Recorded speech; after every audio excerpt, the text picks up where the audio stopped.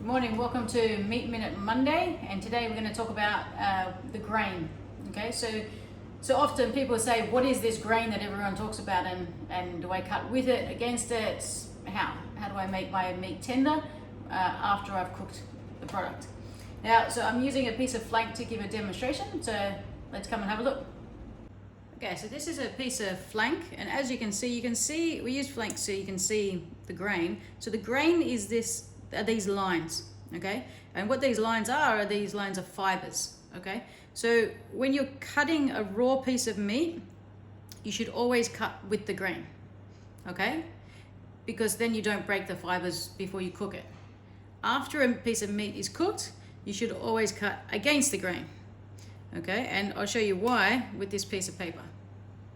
If we imagine this is our piece of flank and these are the grains going across the piece of meat, if we cut if this is a cooked piece of meat, if we cut with the grain, okay, and we cut along that grain, we end up with a long piece of fiber. Okay, now to eat that is going to be very tough, okay?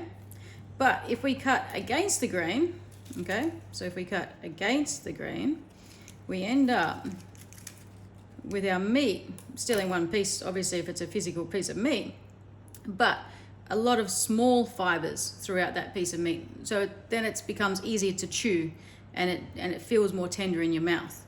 Okay, so would you rather eat a stringy piece of meat or a nice tender broken up piece of meat?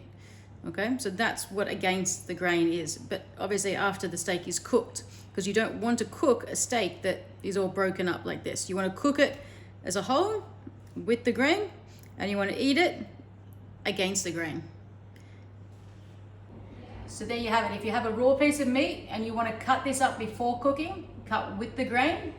Once it is cooked, you want to cut against the grain, so then it becomes more tender and easier to eat because you've broken up those fibers.